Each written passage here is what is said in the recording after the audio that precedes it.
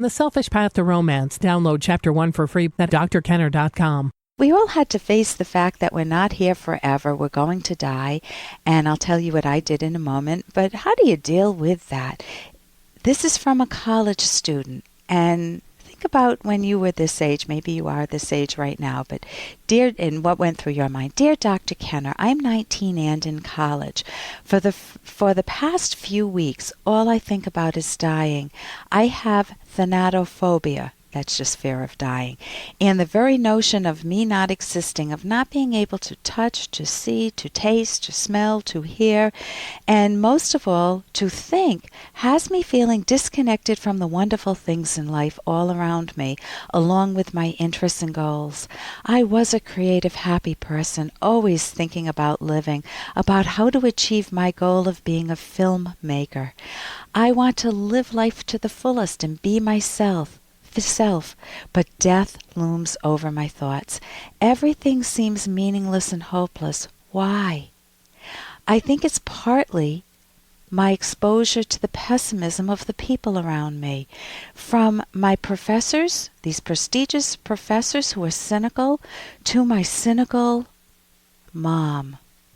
She's pressuring me to stay in this depressing academic environment. I feel she's been manipulating me and my younger siblings and makes things hard for my dad. My parents are divorced.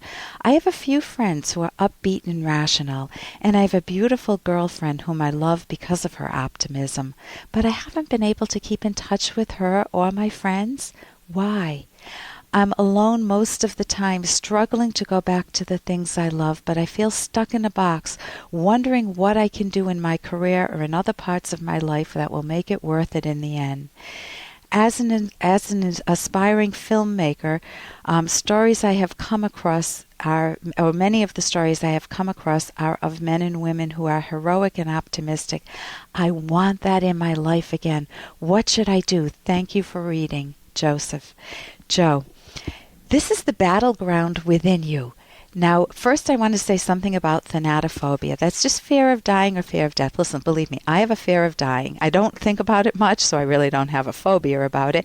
But I don't want to go through any pain. I have a fear of getting the flu. I don't want to go through pain. None of us like pain, but I don't want to make that the essence of my life and wrap my mind around it. But fear of dying, this is my view. This helped me a lot. You can read all different views, and religion can really mess people up with this, or philosophy courses. Kids would come in when I taught at a college counseling center after they had listened to some really weird philosophers, and they were all messed up like this. So my view is really... Hey, I got to interrupt this because we've got to pay some bills. 30 seconds, that's it. A very quick ad, and then Ellen will be back. Many romantic partners have complaints like, I live in the shadow of my husband's life, or I feel invisible to my girlfriend. These are common complaints, but you never want to betray yourself in a romantic partnership. When both partners value themselves and are lovingly honest with one another, romance flourishes. Discover the secrets to lasting love in this liberating book, The Selfish Path to Romance, by Drs. Edwin Locke and Ellen Kenner. That's The Selfish Path to Romance on Amazon or selfishromance.com. My view is really from a pre-Socratic. I never have to think about my death because I will only be aware of my life. So this view of, thinking of myself, never seeing, tasting, or thinking, when I'm not here, I'm not here. So there's nothing to think about. I will live my life to the fullest and expand it out until the day I die. And then I won't know about it anymore.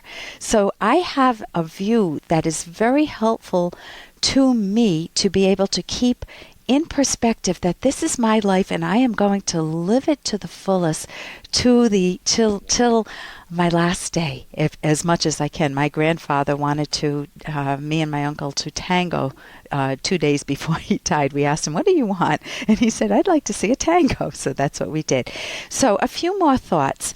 I think the pressure from your mother is big, and having cynical people around you can definitely color your world in a dark tones. But all of us need to develop ways to keep our own optimism alive. So I recommend pushing through the barrier, not feeling like you're in a box, but opening the door and making a phone call to your girlfriend, making a phone call to your friends, and reconnecting with other people, because you don't want these negative views to end and you don't want to build it into a habit. I'd also recommend reading The Fountainhead by Ayn Rand, because I think you can see that even when everything seems down and out, the hero in it is so wonderful. For more Dr. Kenner podcast, go to drkenner.com and please listen to this ad. Here's an excerpt from The Selfish Path to Romance, the Serious Romance Guidebook by clinical psychologist Dr. Ellen Kenner and co-author Dr. Edwin Locke. Romantic partners need to communicate constantly, but about what? The possibilities are endless. Be creative, revealing things about yourself, your likes and dislikes, your attitudes and values can be very effective. Tell your partner what you like, such as, boy, do I appreciate it when I come home late and I smell dinner cooking. Thanks. Or, I love the way you look in that suit. If you don't like something your partner does, communicate this in a positive way. For example, sweetheart, I enjoy making love with you most when you've just showered and your breath is fresh. You can download Chapter 1 for free by going to drkenner.com.